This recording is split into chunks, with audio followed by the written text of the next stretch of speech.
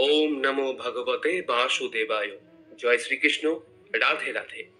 শ্রীমদ্ ভগবত গীতা এমন একমাত্র গ্রন্থ যা মানুষকে বেঁচে থাকার জন্য সঠিক দিশা দেখায়। ভগবত গীতা জীবনে ধর্ম, কর্ম এবং প্রেমের পাঠ শেখায়। ভগবত গীতার জ্ঞান মানব জীবন এবং জীবনের পরবর্তী জীবনের জন্য উপযোগী মনে করা হয়। গীতা হলো সম্পূর্ণ জীবন দর্শন, আর যে ব্যক্তি একে যথাযথভাবে অনুসরণ করতে পারে সেই ব্যক্তি সর্বশ্রেষ্ঠ হয়। ভগবত গীতায় মোট 18টি অধ্যায় এবং 700টি শ্লোক আছে, যা সবার পক্ষে প্রতিদিন পাঠ করা এবং উপলব্ধি করা সম্ভবপর হয় না। সেই জন্য আজকের অত্যন্ত গুরুত্বপূর্ণ এই ভিডিওতে আমরা ভগবত গীতার 111টি উপলব্ধি নিয়ে কথা বলবো, যেটা জানার পর আপনি শ্রীমদ্ ভগবত গীতার প্রকৃত অর্থ উপলব্ধি করতে পারবেন। তাই আপনি প্রতিদিন এই ভিডিওটি রাতে ঘুমানোর আগে বা সকালে ঘুম থেকে ওঠার পর শুনবেন। তাহলে চলুন এগোনো যাক পৃথিবীর সেই মহাজ্ঞানের ভান্ডারের দিকে, যা ভগবান শ্রীকৃষ্ণ স্বয়ং নিজের মুখে বলেছিলেন। শ্রীকৃষ্ণ বলেন, এই সংসার আমারই তৈরি মায়া দ্বারা আচ্ছন্ন। এই সংসার আমার দ্বারাই সৃষ্টি হয়েছে। আমি এই সংসারের পালন কর্তা, আবার আমি সবকিছুর বিনাশও করে থাকি। আমি অতীত, বর্তমান এবং ভবিষ্যতের সকল প্রাণীকে জানি, কিন্তু বাস্তবে আমাকে কেউই জানতে পারে না। ভগবান বলেন, যেমন প্রকাশের জ্যোতি অন্ধকারেও ঝলমল করে, একই রকম ভাবে সত্যও ঝলমল করে। এই জন্য মনুষ্যকে সর্বদা সত্যের পথেই থাকা উচিত। মৃত্যু হলো একটি অটল সত্য, যাকে কখনোই পরিবর্তন করা সম্ভব নয়। যখন থেকে এই সংসারে নির্মাণ হয়েছে, তখন থেকেই জন্ম ও মৃত্যুর চক্র ঘুরে চলেছে। যেভাবে মনুষ্য তার পুরাতন বস্ত্র পরিত্যাগ করে নতুন বস্ত্র পরিধান করে, একই রকম ভাবে আত্মাও পুরাতন জীর্ণ শরীর পরিত্যাগ করে নতুন শরীর ধারণ করে। এটাই হলো প্রকৃতির নিয়ম। এই কঠিন সত্যকে মেনে নিয়ে ভয়মুক্ত হয়ে বর্তমানেই বাঁচা উচিত। নিজের মনের ভেতর থেকে খারাপ গুণগুলিকে পরিত্যাগ করার কথা বলা হয়েছে ভগবত গীতায়। বলা হয়েছে, দম্ভ দর্পভিমানশ্চ ক্রোধ পারুষ্যমেব চ অজ্ঞানম চাভিজাতস্য পার্থ সম্পদমাসুরীম। অহংকার, রাগ, কঠোর বাণী এবং অজ্ঞানতা, এইসব থেকে মনুষ্যকে দূরে থাকা উচিত। সৎ গুণগুলিকে নিজের জীবনে ধারণ করা উচিত। এর ফলে জীবনে পরম শান্তির অনুভূতি হয়। শ্রীকৃষ্ণ আরো বললেন, ন হি জ্ঞানেন সদৃশং পবিত্রমিহ বিদ্যতে। অর্থাৎ এই সংসারে জ্ঞানের মতো পবিত্র আর কোনো কিছুই হতে পারে না।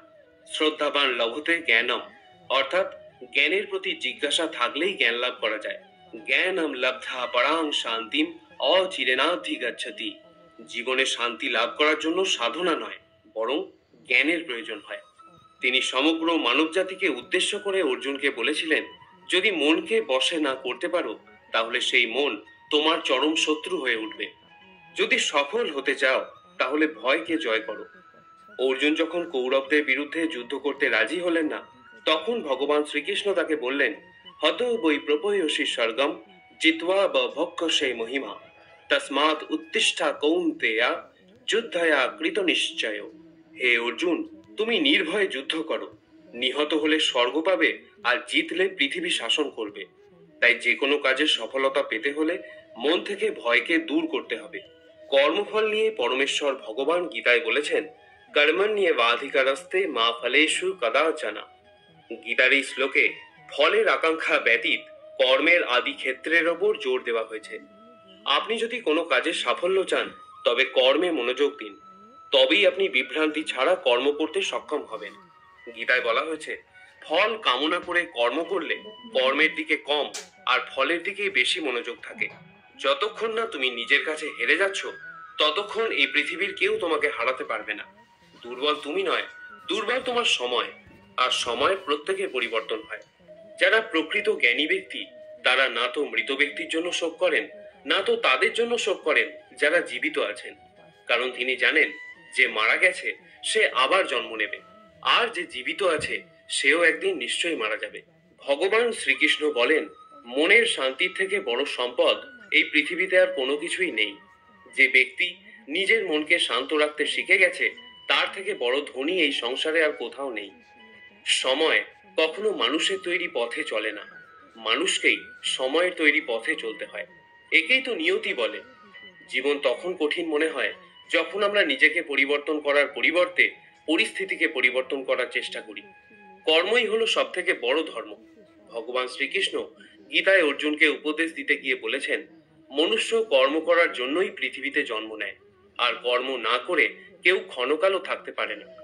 পরিণামের কথা চিন্তা না করে মানুষকে নিজের কর্তব্য পালন করে যাওয়া উচিত। ক্রোধ মানুষকে নরকে টেনে নিয়ে যায়।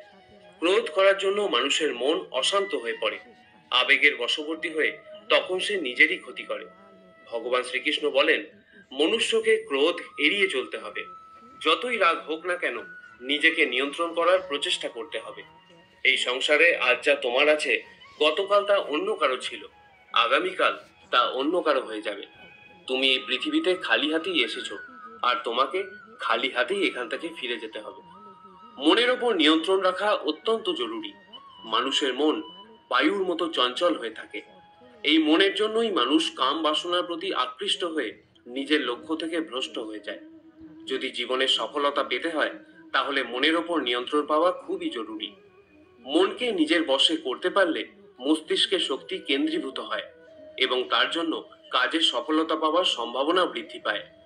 গীতা আমাদের শেখায়, যে ব্যক্তি নিজের মনের ওপর নিয়ন্ত্রণ লাভ করেছে, তার মনে অপ্রয়োজনীয় চিন্তাভাবনা এবং কামনা বাসনা প্রবেশ করতে পারে না। সে অকারণ ইচ্ছা থেকেও নিজেকে দূরে রাখতে পারে, আর তার সাথে ব্যক্তি নিজের লক্ষ্যকেও খুব সহজেই জয় করে নিতে পারে। সদা সন্দেহকারী ব্যক্তি না তো এই জীবনে শান্তি পায়, না তো অন্য জীবনে। আর সেজন্যই তুমি সন্দেহের প্রবণতা থেকে দূরে থাকো। অধিক সন্দেহ করলে মনের সমস্ত শান্তি নষ্ট হয়ে যায়, আর ব্যক্তি ভ্রমের বশবর্তী হয়ে আপনজনদের সঙ্গে সব সম্পর্ক নষ্ট করে ফেলে। শরীরের সৌন্দর্য মনকে আকর্ষিত করে, কিন্তু স্বভাবের সৌন্দর্য হৃদয়কে আকর্ষণ করে। সেই জন্যই মনুষ্যের স্বভাব সর্বদা নির্মল হওয়া উচিত। কে কি করছে, কেন করছে এবং কিভাবে করছে, এসব থেকে যত দূরে থাকবে, ততই তুমি সুখে থাকবে। জীবনে আমরা কতটা ঠিক এবং কতটা ভুল, এটা মাত্র দুজনই জানে। একজন হলেন পরমাত্মা এবং দ্বিতীয়জন হলো আমাদের অন্তরাত্মা। ভগবান শ্রীকৃষ্ণ বলেন, যে ব্যক্তির মধ্যে জ্ঞানের অভাব এবং ঈশ্বরে বিশ্বাসের অভাব থাকে, সেই ব্যক্তি জীবনে কখনো আনন্দ এবং সফলতা লাভ করতে পারে না। মানুষের দুঃখের প্রধান কারণই হলো তার মোহ।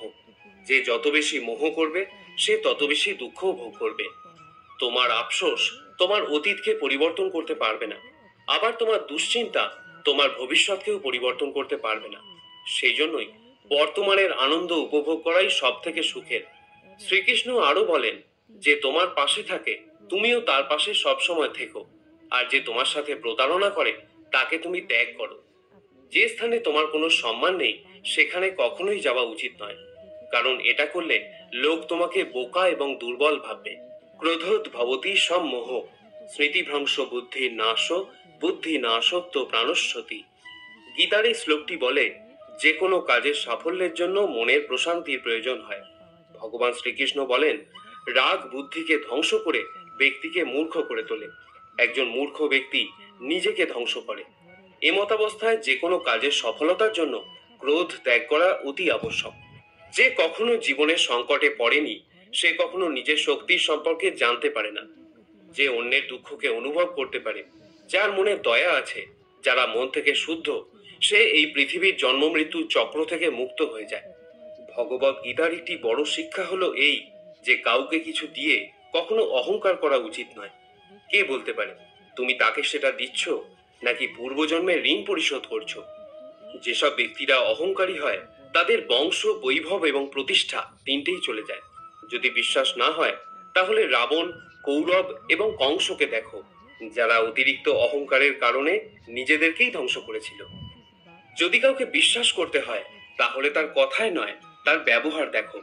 অতিরিক্ত রাগের সময় কিছুটা চুপ থাকলে এবং ভুলের সময় কিছুটা মাথা নত করলে জীবন আরো সহজ হয়ে ওঠে। ভগবান বলেন, যে ব্যক্তি আমাকে জেনে যায়, সে এই কষ্টে ভরা পৃথিবীর জন্ম মৃত্যুর চক্র থেকে মুক্তি পেয়ে যায়। যে ব্যক্তি ভগবত গীতা পড়ে এবং তাকে অনুসরণ করে, তার জীবন থেকে সমস্ত দুষ্কর্মের প্রভাব নষ্ট হয়ে যায়। যা তোমার ভাগ্যে আছে তা দৌড়ে তোমার কাছে আসবে, আর যা তোমার ভাগ্যে নেই তা এসেও আবার চলে যাবে। ঝড় যেমন নদীতে থাকা নৌকোকে পথভ্রষ্ট করে দেয়, সেরকমই বাসনা মানুষের বুদ্ধিকে ভ্রষ্ট করে দেয়। যে মানুষ সুখ দুঃখে মান অপমানে শান্ত থাকতে পারে, সেই মানুষ আমার অতি প্রিয়। বুদ্ধিমান ব্যক্তি যখন সম্বন্ধ রাখা বন্ধ করে দেয়, তখন বুঝে নেওয়া উচিত যে তার আত্মসম্মানে কোথাও না কোথাও আঘাত লেগেছে। মানুষ এই জন্য দুঃখী নয় যে সে ঈশ্বরের অস্তিত্বকে বিশ্বাস করে না। মানুষ এই জন্য দুঃখী কারণ সে ঈশ্বরের জ্ঞানকে বিশ্বাস করে না। সময় এলে সবকিছুই পাওয়া যায়। সময়ের আগে কোনো কিছু পাওয়ার ইচ্ছাই দুঃখের প্রধান কারণ হয়ে দাঁড়ায়। যারা প্রেমকে জঘন্য বলেন তারা মূর্খ। এই জগৎ প্রেম দিয়েই তৈরি হয়েছে। প্রেমই হলো এই জগতের মেরুদণ্ড। মনুষ্য তার বিশ্বাস এবং চিন্তাভাবনা দ্বারাই তৈরি হয়। যার মনের চিন্তাভাবনা যেমন হয় সেই মানুষ সেরকমই তৈরি হয়। এই সংসারে ভাগ্যের থেকে বেশি এবং সময়ের থেকে আগে না তো কেউ কিছু পেয়েছে আর না কখনো পাবে। মুখ থেকে বেরোনো কথার মধ্যে সংযম থাকা অত্যন্ত জরুরি, কারণ মুখের কথা একজনকে যা আঘাত দিতে পারে সেই আঘাতের ক্ষত কোনোদিন পূরণ করা যায় না। শ্রীকৃষ্ণ বলেন, ধর্মের জন্য লড়াই করতে শেখো, অধর্মের শত্রু হতে শেখো, এবং যারা তোমার আপন তাদের জন্য ত্যাগ করতে শেখো। ত্যাগ করতে শেখো। সত্য সর্বদা জলে ভাসমান তেলের মতো হয়। তুমি যতই মিথ্যার জল ঢালো, সত্য সর্বদা ওপরেই থাকবে। জীবনের একটি অমূল্য শিক্ষা, খুব আনন্দের সময় কারোর কাছে কোনো প্রতিজ্ঞা করো না। খুব রাগের সময় কাউকে উত্তর দিও না। আবার যখন খুব দুঃখ হবে তখন কোনো সিদ্ধান্ত নিও না। যদি কোনো মনুষ্য সমগ্র জগৎকে জেনে যায়, সমগ্র সংসারকে জেনে যায়, কিন্তু সে নিজেকে না জানতে পারে, তাহলেও সেই মানুষ নির্বোধ থেকে যায়। যদি কেউ তোমাকে প্রত্যাখ্যান করে তাহলে দুঃখ করো না, কারণ বাস্তবে সে তোমার মূল্য বোঝেনি। যে সম্পর্ক তোমাকে কাঁদিয়ে দেয় সেই সম্পর্কে থেকে গভীর সম্পর্ক আর কোনো কিছুই হয় না। আর যে সম্পর্ক তোমাকে কাঁদার জন্য ছেড়ে দেয় তার থেকে দুর্বল আর কোনো সম্পর্ক হয় না। সর্বদা শান্ত থাকতে শেখো, তাহলেই তুমি নিজেকে মজবুত অনুভব করবে। উত্তপ্ত লোহাকে গরম অবস্থায় যে কোনো রূপে পরিবর্তন করা যায়, কিন্তু ঠান্ডা হয়ে গেলে সেই লোহাই অনেক বেশি মজবুত হয়ে যায়। একজন জ্ঞানী ব্যক্তি হলো সেই যে অন্যকে দেখে এবং তার থেকে শিক্ষা লাভ করে, কিন্তু তাকে কখনো ঈর্ষা করে না। এই পৃথিবীতে কেউ কারোর আপন হয় না। মৃতদেহকে শ্মশানে নিয়ে যাওয়ার পর আপনজনরাই জিজ্ঞাসা করে আর কতক্ষণ সময় লাগবে। জীবনে দুঃখ পাওয়াও জরুরি, না হলে সুখের গুরুত্ব অনুভব করা যায় না। এই পৃথিবীতে একমাত্র মাতা এবং পিতাই হলেন দুজন ব্যক্তি যারা সর্বদা চান যেন তার সন্তান তাদের থেকে উন্নতি করে। সময়, বন্ধু এবং সম্পর্ক হলো এই তিন জিনিস যা আমরা বিনামূল্যে পাই, কিন্তু এদের মূল্য আমরা তখন বুঝতে পারি যখন কোনো একটি আমাদের জীবন থেকে হারিয়ে যায়।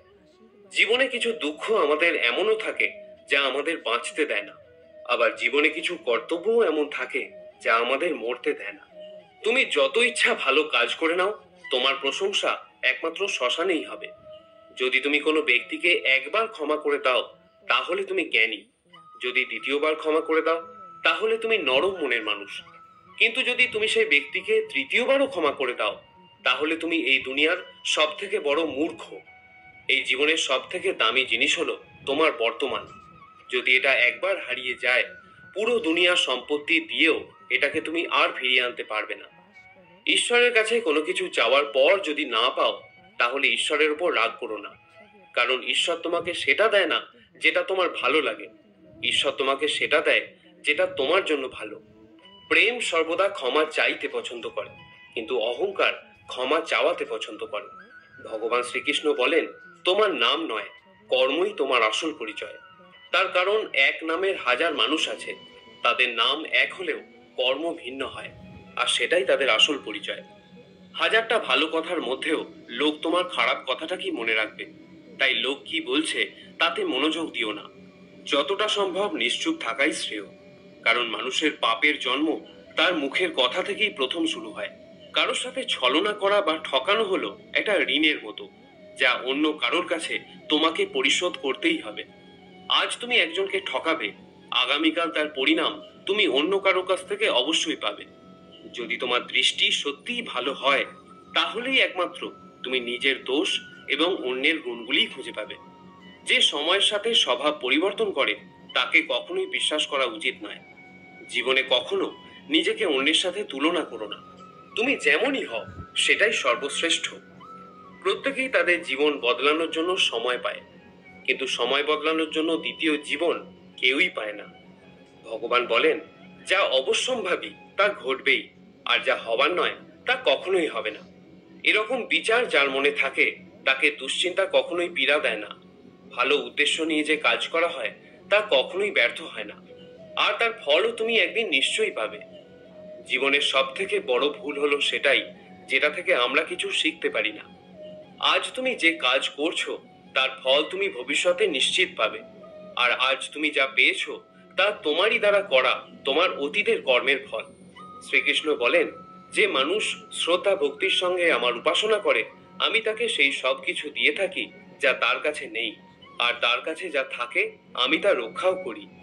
কাকে কি আর কতটা বলতে হবে যদি তুমি শিখে নাও, তাহলে তোমার জীবন সার্থক হয়ে যাবে। যদি জীবনে কখনো সুযোগ পাও তাহলে স্বার্থ ত্যাগ করে সাহায্য করে দিও, কিন্তু কখনোই স্বার্থপর হয়ে এড়িয়ে যেও না। ধর্ম দ্বারা পরিপূর্ণ হৃদয় সর্বদা ধর্মের পরামর্শ দেয়, আর অধর্ম দ্বারা পরিপূর্ণ হৃদয় সর্বদা অধর্মের পরামর্শ দেয়। কোন রকম দুঃখ কষ্টের মধ্যে তোমাকে এই 7টি গুণ বাঁচাবে: তোমার জ্ঞান, তোমার বিনম্রতা, তোমার বুদ্ধি, তোমার ভিতরের সাহস, তোমার ভালো কর্ম, সত্য কথা বলার অভ্যাস এবং ঈশ্বরে বিশ্বাস। যখন কঠিন সময় আসে তখন ব্যক্তি একা হয়ে যায়, কিন্তু এটাও সত্য যে সেই কঠিন সময় ব্যক্তিকে আরো মজবুত করে দেয়। যে তোমাকে সম্মান দেয় তাকেও তুমি সম্মান দাও। কারো সামর্থ্য দেখে তার সামনে মাথা ঝোঁকানো ভীরুতার লক্ষণ। তোমার সামনে যত বড় কঠিন পরিস্থিতি এসে পড়ুক না কেন, একটা কাজ করবে: নিজের সবকিছু ভগবানকে সমর্পণ করে দাও।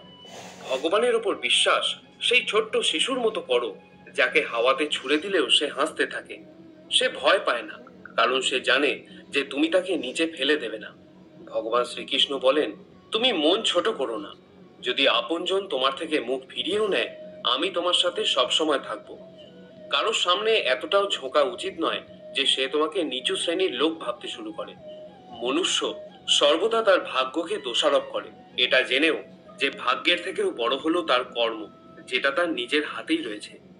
জীবনে এমন একজন থাকাও খুব জরুরি যাকে কিছু বলার জন্য ভাষার প্রয়োজন হয় না, হয়তো তাকেই পরমাত্মা বলা হয়।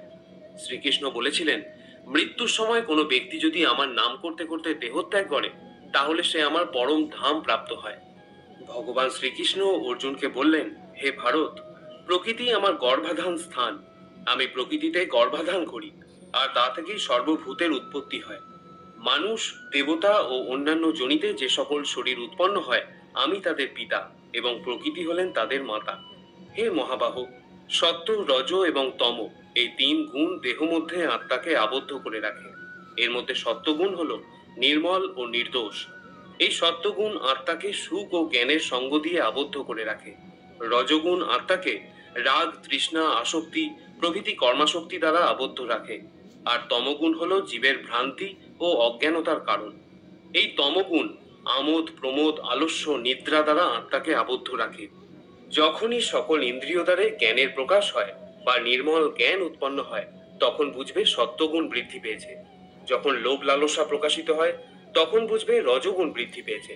আর যখন মোহ ঘিরে আসে, বুদ্ধি বিপর্যয় ঘটে এবং কর্তব্যে অনীহা আসে, তখন বুঝবে তমগুণ প্রাধান্য পেয়েছে। সত্যগুণ প্রাপ্ত অবস্থায় যদি জীব দেহত্যাগ করে তবে সে স্বর্গলোক প্রাপ্ত হয়। যদি রজগুণ থাকা অবস্থায় দেহত্যাগ করে তবে পরজন্মে কর্মী হয়ে মনুষ্য জনিতে জন্মগ্রহণ করে। আর যদি তমগুণ অবস্থায় দেহত্যাগ করে তবে বোকা, পাগল অথবা অবিবেকী হয়ে এই জাতীয় বিভিন্ন জনিতে জন্মগ্রহণ করে। হে অর্জুন, আমি অব্যক্ত রূপে সমস্ত জগৎ ব্যাপিয়া আছি। সমস্ত জীব সকল আমাতেই অবস্থিত, কিন্তু আমি তাহাতে নই। ব্যাপিয়া আছি, সমস্ত জীব সকল আমাতেই অবস্থিত, কিন্তু আমি তাহাতে নই। যেমন আয়নাতে তুমি নিজের প্রতিবিম্ব দেখতে পাও, অর্থাৎ তুমি আয়নার মধ্যেই আছো, কিন্তু আয়না তোমার মধ্যে নেই। হে কৌন্তেয়, কল্পের শেষে সমস্ত জীব আমাতেই বিলীন হয়, আবার কল্পারম্ভে পুনরায় তারা আমার থেকেই নির্গত হয়। আমি নিজ প্রকৃতিকে নিজের বশে রেখে নিজ নিজ কর্ম নিমিত্তে স্বভাব অনুযায়ী জীবগণকে বারবার সৃষ্টি করে থাকি। আমার অধিষ্ঠানের জন্যই এই জগৎ প্রসব হয়, এই জন্যই জগৎ বারবার উৎপন্ন হয়। হে কৌন্তেয়, যারা অন্য দেবতায় ভক্তিযুক্ত হয়ে পূজা করে তারাও আমাকেই পূজা করে, কিন্তু তারা শাস্ত্রবিধি অমান্য করে। আমি সর্বযজ্ঞের ফলদাতা ও ভোক্তা এই তত্ত্ব জানে না বলেই তারা পুনরায় সংসারে পতিত হয়। যারা দেবগণের পূজা করেন তারা দেবলোক, যারা পিতৃগণের পূজা করেন তারা পিতৃলোক, যারা যক্ষ রক্ষাদিগের পূজা করেন তারা ভূতলোক প্রাপ্ত হন, কিন্তু যারা আমার ভজনা করেন তারা আমাকেই প্রাপ্ত হন। যিনি আমাকে পত্র, পুষ্প, ফল, জল ইত্যাদি ভক্তিপূর্বক দান করেন, আমি সেই ভক্তের উপহার গ্রহণ করে থাকি। ভগবান শ্রীকৃষ্ণ দেহের সঙ্গে আত্মার সম্পর্ককে খুব সুন্দরভাবে ভগবত গীতায় তুলে ধরেছেন। জীবের মূল সত্তা কি, দেহের সাথেই বা আত্মার সম্পর্ক কি, আত্মার স্বরূপ কি, এই সকল জটিল বিষয়বস্তু খুব সূক্ষ্মভাবে ভগবান শ্রীকৃষ্ণ গীতায় তুলে ধরেছেন আমাদের মূল সত্তাকে অবগত করার মানুষে। প্রথমেই আত্মার স্বরূপ সম্পর্কে ভগবান ধারণা দিচ্ছেন, অন্তবন্তু ইমে দেহা নিত্য শক্তা শরীরিন অনাসীন প্রমেয়স্য তস্মাৎ যুদ্ধস্য ভারত। আত্মা যে দেহকে আশ্রয় করে অবস্থান করেন সেই দেহ নশ্বর বলে কথিত হয়েছে, কিন্তু আত্মা হলো অবিনশ্বর। তাহলে এখন এই প্রশ্নের উত্তর খুঁজতে হবে যে আমি আসলে কে। দেহটা যদি নশ্বরই হয় তাহলে তো তার ধ্বংস অনিবার্য। তাহলে আমি ধ্বংস হয়ে গেলে কর্মফলের ভোগটা কার? এই প্রশ্নের উত্তরটা কিন্তু ভগবানের এই শ্লোকে স্পষ্টভাবেই প্রতীয়মান হয়। দেহটা যেহেতু নশ্বর তাই এই দেহটা আমি নই, যেহেতু আত্মা অবিনশ্বর ও নিত্য তাই আত্মাটাই হচ্ছে আমি। আমার মূল সত্তা হলো আমি এক আত্মা যে একটি দেহকে আশ্রয় করে আছি। দেহটা আত্মার একটি আবরণ মাত্র, যেটা ভগবান আরো স্পষ্ট করে বলেছেন, পাশাংশি জীর্ণানি যথা বিহায় নবানি গৃহ্ণাতি নরপরাণি তথা শরীরানি বিহায় জীর্ণান্ন ন্যান্নি সংজাতি নবানি দেহি। যেরকম মনুষ্য তার পুরাতন বস্ত্রগুলি ত্যাগ করে নতুন বস্ত্র ধারণ করে, সেইরূপ জীবাত্মাও পুরাতন শরীর ত্যাগ করে নতুন দেহ ধারণ করে। বর্তমানে আমি এই দেহকে আশ্রয় করে আছি, আবার কোনো এক সময় পুরাতন বস্ত্রের মতোই এই দেহকে পরিত্যাগ করে কর্মফল অনুযায়ী নতুন একটি দেহ আমি ধারণ করব। এটাই হলো প্রকৃতির বিধান। এখানে কিন্তু ভগবান আমাদের জীবাত্মা বলে সম্বোধন করেছেন। এর মানে হলো আমি হলাম আত্মা, তবে জীবাত্মা। আর পরমেশ্বর ভগবান যেহেতু সর্বভূতে অবস্থান করেন তাই তিনি হলেন পরমাত্মা। যেহেতু আমার জন্ম হয়েছে তাই আমার মৃত্যু অবশ্যম্ভাবী, কিন্তু জন্ম ও মৃত্যু কোনো সৃষ্টি বা বিনাশ নয়। গীতার ভাষায় এটা দেহ পরিবর্তন করার একটা নিয়ম মাত্র। জাতস্য হি ধ্রুব মৃত্যু ধ্রুবম জন্ম মৃতস্য চ তস্মাৎ পরিহার্য অর্থে নতম সচিতম অর্হসি। যার জন্ম হয়েছে তার মৃত্যু নিশ্চিত, আবার যার মৃত্যু হয়েছে তার জন্ম হওয়াও নিশ্চিত। সুতরাং যা অবশ্যম্ভাবী তার জন্য আমাদের শোক করা উচিত নয়। এটি হলো ভগবত গীতার সব থেকে বড় উপলব্ধি। যারা এই শরীরকে সর্বস্ব বলে মনে করেন তারাই কেবল দুঃখ ভোগ করেন, কিন্তু যারা জানেন এই শরীরটা আমি নই, আমি জীবাত্মা, আমার বিনাশ নেই, তারা কখনো কোনো কষ্টে ব্যথিত হন না বা অধিক আনন্দে প্রভাবিতও হন না। বিষয় চিন্তা করতে করতে মানুষের তাতে আসক্তি জন্মায়। আসক্তি থেকে কামনা, কামনা থেকে ক্রোধ, ক্রোধ থেকে মোহ, মোহ থেকে স্মৃতিভ্রংশ, স্মৃতিভ্রংশ থেকে বুদ্ধিনাশ, আর বুদ্ধিনাশ হলেই বিনাশ ঘটে। কিন্তু যার ইন্দ্রিয় প্রসন্ন চিত্ত এবং বুদ্ধি ঈশ্বরে স্থিত, তিনি অমৃত লাভ করেন। আর যিনি অযুক্ত, যার চিত্ত ঈশ্বরে সমাহিত নয়, তার আত্মা বিষয়ক বুদ্ধিও হয় না। যার আত্মা বিষয়ক বুদ্ধি চিন্তা নেই তার শান্তিও নেই। আর যার শান্তি নেই তার সুখ কোথায়? আমাদের মন সকল ইন্দ্রিয়কে পরিচালনা করে। যখন ইন্দ্রিয় সকল মনের অধীন এবং প্রজ্ঞাবান, যার ইন্দ্রিয় সকল বিষয় থেকে নিবৃত হয়েছে তার প্রজ্ঞা প্রতিষ্ঠিত হয়েছে বলে জানবে। যেমন নদীর জল সমুদ্রে প্রবেশ করে বিলীন হয়ে যায়, তেমনি আত্মাবান ব্যক্তিতে বিষয় সকল প্রবেশ করলেও তাতে চিত্ত বিক্ষিপ্ত না হয়ে স্থির থাকে। এইরূপ স্থির আত্মাবান ব্যক্তি শান্তি লাভ করে। কিন্তু যিনি ভোগ কামনা করেন তিনি শান্তি পান না। যে ব্যক্তি সমস্ত কামনা ত্যাগ করে নিষ্প্রিয় হয়ে বিচরণ করেন, যিনি মমতা শূন্য এবং অহংকার শূন্য, তিনি শান্তি প্রাপ্ত হন। হে পার্থ, এই স্থিতিপ্রজ্ঞ অবস্থাই হলো ব্রাহ্মী স্থিতি। এই অবস্থা প্রাপ্ত হলেই জীবের আর মোহ থাকে না। মৃত্যুকালেও এই অবস্থা বিদ্যমান থাকায় তিনি ব্রহ্মে লীন হন, অর্থাৎ তিনি মোক্ষ লাভ করেন। তৃতীয় অধ্যায়ে অর্জুনের প্রশ্নের উত্তরে শ্রী ভগবান কর্মযোগের অবতারণা করেছেন। এখানেও নিষ্কাম কর্মের উপায় রূপে প্রথমে আত্মাতে সন্তুষ্ট, আত্মারাম জ্ঞানীর ভাবানুযায়ী ফলাশক্তি বর্জন করে কর্ম করার উপদেশ দিলেন। তারপর অহংকার বর্জিত নির্লিপ্ত বুদ্ধিতে কর্ম করার উপদেশ দিলেন।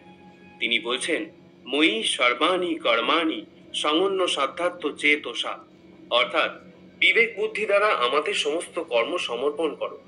এখানেও শ্রী ভগবান কর্মযোগের সহজ পন্থা স্পষ্ট করে নির্দেশ করে দিচ্ছেন। ঈশ্বরের সমস্ত কর্ম সমর্পণ করতে হবে আমাদের, তাহলে সেই কর্মের ফল আর আমাদের উপর বর্তাবে না। ঈশ্বর তার অনন্ত কৃপাগুণে আমাদের সমস্ত কর্মভোগ কাটিয়ে মোক্ষের অধিকারী করে দেবেন।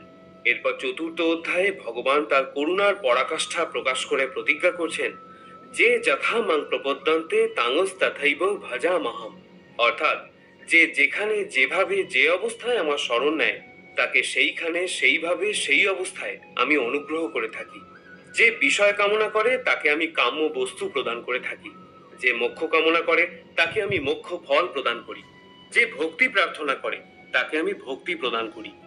আমাদের জীবনের সব থেকে কটু সত্য হলো এটি, যে আমরা সর্বদা সুখের জন্য চেষ্টা করি কিন্তু আমরা দুঃখ পাই। আমরা প্রেম কামনা করি কিন্তু আমরা হতাশার সাথে মিলিত হই। আমরা জীবন কামনা করি কিন্তু আমরা জানি যে আমরা প্রত্যেক মুহূর্তে মৃত্যুর দিকে এগিয়ে যাচ্ছি। প্রত্যেক ব্যক্তি সুখ লাভের জন্য ফলপ্রসূ কাজে নিয়োজিত থাকে কিন্তু তৃপ্তি পায় না। পরিবর্তে এই ক্রিয়াকলাপগুলি কেবল দুঃখকে আরো বাড়িয়েই তোলে। ফলে এই পৃথিবীতে কার্যত সবাই অসুখী। কেউ কেউ নিজের শরীর ও মনের দুঃখে ভোগে, অন্যরা তাদের পরিবারের সদস্য এবং আত্মীয়দের দ্বারা যন্ত্রণা প্রাপ্ত হয়। কেউ কেউ ধনসম্পদের অভাব এবং জীবনের প্রয়োজনীয় জিনিসপত্রের ঘাটতিতে ভুগছেন। বস্তুগত মানসিকতার লোকেরা জানে যে তারা অসুখী, কিন্তু তারা মনে করে যে তাদের সামনে থাকা অন্যরা সবাই সুখী, এবং তাই তারা বস্তুগত বৃদ্ধির জন্য ছুটতে থাকে। এই অন্ধ সাধনা চলে বহুকাল যাবৎ, তবুও সুখের দেখা নেই। এখন যদি মানুষ এটা বোঝে যে ফলপ্রসূ কাজে লিপ্ত হয়েও কেউ কখনো সুখ অর্জন করতে পারেনি, তাহলে তারা বুঝবে যে তারা যেদিকে ছুটছে তা বৃথা এবং অর্থহীন, এবং তখন তারা আধ্যাত্মিক জীবনের দিকে ফিরতে পারে। যাদের বুদ্ধি আধ্যাত্মিক জ্ঞানে স্থির হয়ে গেছে তারা বোঝে যে ভগবানই সবকিছুর পরম ভোগদাতা। ফলস্বরূপ তারা তাদের কর্মের ফলের প্রতি আসক্তি পরিত্যাগ করে, তার কাছে সমস্ত কিছু নিবেদন করে এবং তার করুণা হিসাবে যা আসে তা নির্মলভাবে গ্রহণ করে। এটি করার ফলে তাদের কর্মগুলি কর্মিক প্রতিক্রিয়া থেকে মুক্ত হয়ে যায়, যা একজনকে জীবন ও মৃত্যুর চক্রে আবদ্ধ করে। শ্রোতা বন্ধুরা, আমি আশা করব ভগবত ভক্তির এই কথাগুলি আপনার ভালো লেগে থাকবে। সনাতন ধর্মকে আরো বেশি বেশি করে প্রচারের নিমিত্ত গীতার এই সার কথা আপনার আপনজনদের সাথেও শেয়ার করুন, যাতে তারাও পরমাত্মার স্নেহ ছায়ায় অপার শান্তি লাভ করতে পারে এবং আপনারও তাতে মঙ্গল হয়। আপনাকে অনুরোধ করব, ভিডিওটিতে একটি লাইক অবশ্যই করবেন। আজ এখানেই আলোচনা শেষ করছি। সকলে ভালো থাকুন, সুস্থ থাকুন এবং গীতার প্রচার করতে থাকুন। জয় শ্রীকৃষ্ণ। বা উত্তর পূর্ব দিক। 6 নম্বর। 6 নম্বর, স্ফটিক বা ধাতব পিরামিড। পিরামিডকে বাস্তুশাস্ত্রে একটি গুরুত্বপূর্ণ শক্তি সঞ্চয়কারী হিসেবে বিবেচনা করা হয়। ঘরে একটি ক্রিস্টাল বা ধাতব ধাতব পিরামিড পিরামিড রাখলে নেতিবাচক শক্তি দূর হয় এবং ইতিবাচক শক্তির মানে প্রভাব বজায় থাকে রাখে। আপনি আপনি যদি নিজের বাড়ি বানানোর স্বপ্ন মানে দেখে থাকেন, তাহলে বাড়িতে ধাতব পিরামিড রাখলে এই স্বপ্ন দ্রুত পূরণ হওয়ার সম্ভাবনা বেড়ে যায়। এছাড়াও বাড়িতে ক্রিস্টাল পিরামিড রাখলে দেবী লক্ষ্মীর বিশেষ আশীর্বাদ পাওয়া যায়, যার ফলে বাড়িতে সর্বদা ধন সম্পদ থাকে। ইতিবাচক শক্তির জন্য পিরামিড ঘরের দক্ষিণ পূর্ব দিকে রাখা ভালো। 7 নম্বর, পেঁচার মূর্তি। বন্ধুরা, ঘরে পেঁচার মূর্তি রাখাও খুব শুভ। কোটিপতি মানুষরা অবশ্যই তাদের বাড়িতে একটি পেঁচার মূর্তি রাখেন। পেঁচাকে দেবী লক্ষ্মীর বাহন মনে করা হয়। তাই কথিত আছে যে পেঁচার উপর দেবী লক্ষ্মীর বিশেষ আশীর্বাদ রয়েছে। তাই যদি কোনো ব্যক্তি নিজের বাড়িতে একটি পেঁচার মূর্তি রাখেন, তবে তা উত্তর ও উপর ও দেবী লক্ষ্মীর আশীর্বাদ বৈশিষ্ট্য হবে, যার ফলে ধন সম্পদ আসবে এবং সে তার কাজে সফল হবে। বাস্তুশাস্ত্র অনুসারে ঘর অফিস বা কর্মক্ষেত্রের উত্তর পশ্চিম কোণে পেঁচার মূর্তি রাখা শুভ। 8. সম্পদের দেবতা কুবের মূর্তি। সম্পদ ও সমৃদ্ধির প্রতীক ভগবান কুবেরের মূর্তি ধনী ও মানে বিত্তশালীদের বাড়িতে অবশ্যই দেখা যায়। ধর্মীয় বিশ্বাস অনুসারে ভগবান কুবেরের সম্পদের দেবতা মনে করা হয়। বলা হয় যে ভগবান কুবেরের আশীর্বাদ প্রাপ্ত মানুষের কখনো অর্থের অভাব হয় না। আপনার বাড়িতে ভগবান কুবেরের স্থান করলে ধন সমৃদ্ধি ও সুখ আসে এবং ব্যক্তির আর্থিক অবস্থা মজবুত থাকে। বাস্তুশাস্ত্র অনুসারে বাড়ির যে জায়গায় আপনি টাকা বা মূল্যবান জিনিসপত্র রাখেন, যেমন আলমারিতে যদি কুবেরের মূর্তি রাখা হয় তবে এটি খুব শুভ বলে মনে করা হয়। সেই স্থানে ভগবান কুবেরের মূর্তি ইতিবাচক শক্তি যোগায় বা সমৃদ্ধির বজায় রাখে এবং সম্পদ বৃদ্ধি করে। এটা বিশ্বাস করা হয় যে কুবেরের মূর্তি সঠিক দিকে ও স্থানে